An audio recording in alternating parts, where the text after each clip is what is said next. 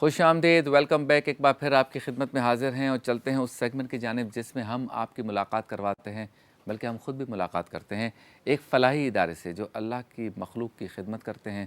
ان کے ریپریزنٹیوز ہمارے ساتھ ہوتے ہیں، ہم جاننے کی کوشش کرتے ہیں کہ کس طرح سے وہ کس جذبے کے تحت خلق خدا کی خدمت کر رہے ہیں، اس کام میں ان کو کیا کیا رکاوٹیں آتی ہیں، کیا ان کے فیوچر پلان سے میں آپ ہم سب مل کر ان کی کیا مدد کر سکتے ہیں، اس کام میں کس طرح ہاتھ بٹا سکتے ہیں، چونکہ یہ ان کا پورا اسٹاف پورے پاکستان میں، پورے سندھ میں، پوری دنیا میں ہر لمحہ نیکی کما رہا ہے۔ اس لیے ہم نے رکھا ہے اپنی اس سیگمنٹ کا نام ایک نیکی۔ چالے میرے آقا سنبھالے میرے آقا لے والے میرے آقا چھپالے آقا میرے۔ ایک نیکی میں ہمارے ساتھ ہیں پاکستان ریڈ کرسنٹ، یعنی جسے ہم کہتے ہیں ہلال احمر یا ہلال احمر۔ تو یہ پاکستان ریڈ کرسنٹ کس طرح کام کرتی ہے، کیا کام کرتی ہے، کس جذبے کے تحت کام کرتی ہے، والنٹیئرز، ان کی ٹریننگ، مراکز، سینٹرز، کون سے شعبے، مستقبل کے پلانز کیا ہیں، کیا کچھ اس وقت کر رہی ہے، کیا مشکلات ان کو آتی ہیں، سارا کچھ معلوم کریں گے۔ لیکن پہلے دیکھتے ہیں ان کا ایک چھوٹا سا پیکج تاکہ میں آپ ہم سمجھ سکیں کہ ریڈ کرسنٹ کیا ہے۔